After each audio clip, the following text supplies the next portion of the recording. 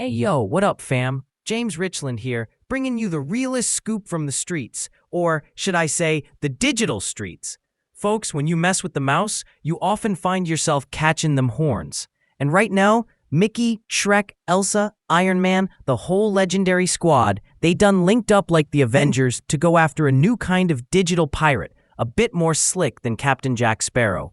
We talkin' MidJourney AI. This ain't just some cartoon squabble, nah. This is Disney Enterprises and Universal Studios, along with their whole crew, dropping a major lawsuit on MidJourney for straight-up copyright infringement. They say MidJourney is just a virtual vending machine that spits out copies of their iconic, copyrighted works. You ask for a Yoda with a lightsaber or Elsa in front of an ice castle, and boom, MidJourney's cashing in without paying a single dime. And let's be real, anybody who's used these AI generators knows, yeah, that's what makes it fun.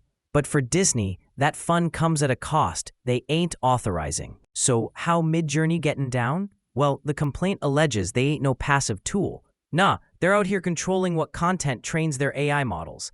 They grab everything they can from the internet. Bots, scrapers, stream rippers, the whole digital nine. They dump it in a huge file, set it on fire to train their system, cleaning and reformatting those copies, making copies upon copies of copyrighted imagery. It's pervasive, and they got the receipts, fam. Plenty of examples in the complaint. You type in Mandalorian carrying Baby Yoda movie still, and MidJourney pops out. Well, Disney's Mandalorian and Baby Yoda. Ask for Olaf Frozen cartoon, and there's Olaf. What's wild is they say MidJourney generates infringing images even when you don't directly reference copyrighted material. Like a researcher typed popular 90s animated cartoon with yellow skin, and guess what? The Simpsons. Single word, screen cap, and boom, Spider-Man, Loki, and Elsa from their films. Man, that's some next-level unauthorized content creation. Disney and Universal stressing that this ain't incidental, it's calculated and willful. They sent letters, letting MidJourney know they were generating images of characters like Spider-Man, R2-D2, Shrek, the Minions. But what did MidJourney do? According to the complaint, they allegedly ghosted them, then doubled down and announced a new version of their service. Disney argues MidJourney has the full capacity to prevent this. They already use filters to block nudity and violence, so why not copyrighted material? It's a fair question, ain't it? Now on the legal battlefield, Disney and Universal are swinging with two big claims. First, direct copyright infringement. They say MidJourney is creating images that are clearly, obviously, Darth Vader, Elsa, Iron Man, the Minions. No debate there. And since MidJourney controls the system, they're directly on the hook. Second, they're going after secondary copyright infringement, which is like saying you ain't the one who pulled the trigger, but you handed him the gun. This includes both contributory and vicarious infringement. Think back to the Napster case. Napster didn't share music, but they provided the software and infrastructure that enabled others to infringe, right?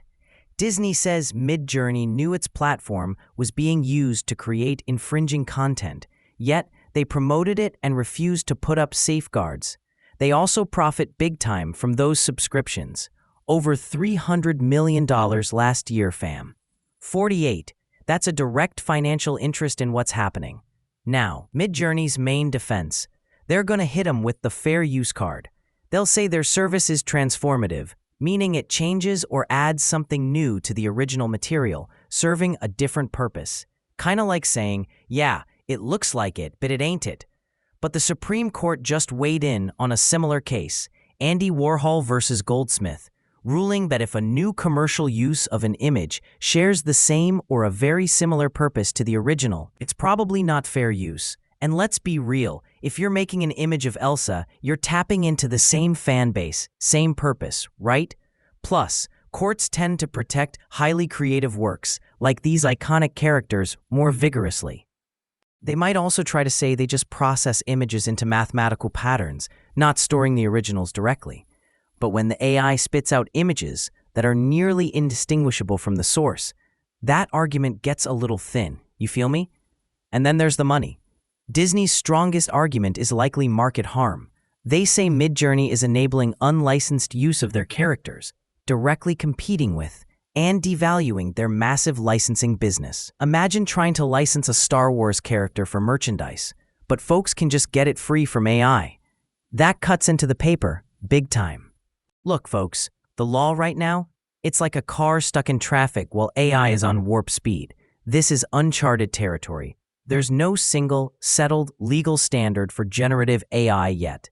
This case could literally change everything. We could see the end of AI as we know it, or maybe a big settlement where MidJourney agrees to pay licensing fees to Disney and Universal.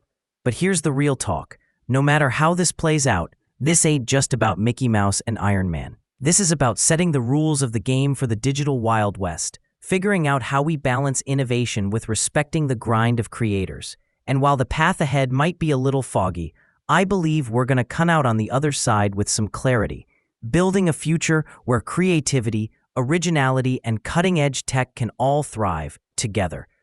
Stay blessed, stay informed, and I'll catch you on the next one.